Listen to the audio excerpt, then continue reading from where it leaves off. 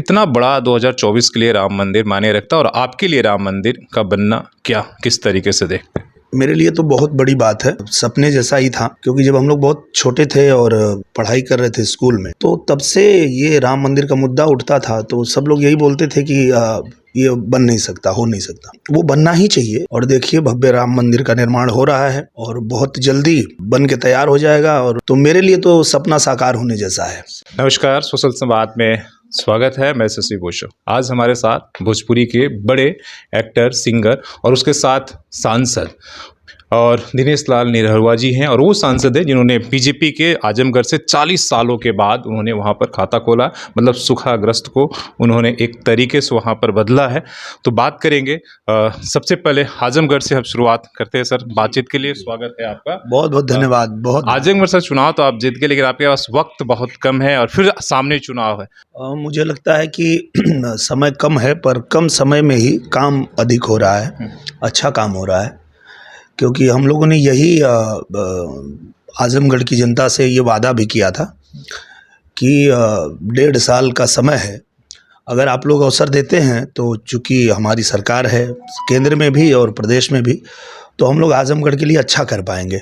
और वो भरोसा जनता ने दिखाया और वहाँ कमल खिलाया।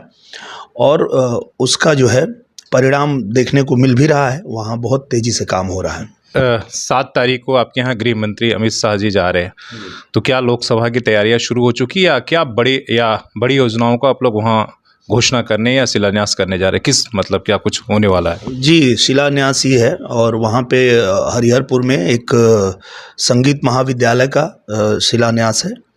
और उसके अलावा रासेपुर तितरा और एक बिलरियागंज रौना पार 2 ऐसे मार्ग थे जो काफ़ी समय से वो बन ही नहीं पा रहा था। उसमें बहुत व्यवधान आ रहा था।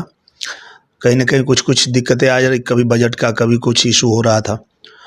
तो महाराज जी से हम लोग मिले और मिल के उनसे हमने निवेदन किया कि महाराज जी, ये दोनों सड़कें बाकी तो बन ही रही है, सब बन रही है, पर ये दोनों बनना बहुत आवश्यक है। तो पूजनीय महाराज जी ने उसको स्वीकृति दे दिया और माननीय गृह मंत्री जी उसका शिलान्यास करेंगे।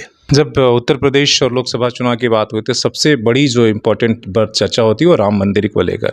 आप भी हमेशा राम मंदिर को लेकर कुछ ना कुछ अपनी उद्गार व्यक्त करते रहते हैं। कितना बड़ा 2024 के लिए राम मंदिर मायने रखता है और आपके लिए राम मंदिर का बनना क्या किस तरीके से देखते हैं? मेरे लिए तो बहुत बड़ी बात है। सपने जैसा ही था, क्योंकि जब हम लोग बहुत छोटे थे और पढ़ाई कर रहे थे स्कूल में, तो उस दौरान जहाँ पे हम रहते थे, जहाँ हमारा स्कूल था, वहीं एक राम मंदिर भी था, जिसमें नियमित रूप से मैं जाता था। पहले मंदिर में जाता था, फिर स्कूल जाता था।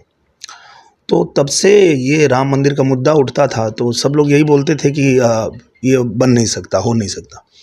पर उसको जब हम लोगों ने पढ़ा, उसका पूरा इतिहास पढ़ा, तो पता चला कि वो बनना ही चाहिए। इसलिए बनना चाहिए कि राम मंदिर जो है वो हमारे रामलला का जन्म स्थल जो है अयोध्या जी, वहाँ पे वो मंदिर था। और किसी समय में बाहरी आक्रांताओं ने आ करके और उसको तोड़ दिया।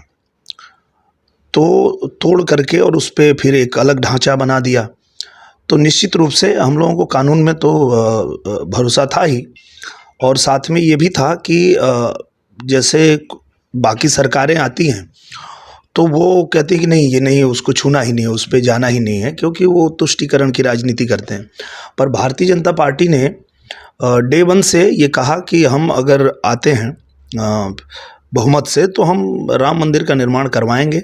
और देखिए, भव्य राम मंदिर का निर्माण हो रहा है और बहुत जल्दी बन के तैयार हो जाएगा। और लोग वहाँ आना शुरू भी कर दिए हैं, वहाँ दर्शन कर रहे हैं, वहाँ जो बन रहा है मंदिर उसे देख रहे हैं। तो मेरे लिए तो सपना साकार होने जैसा है।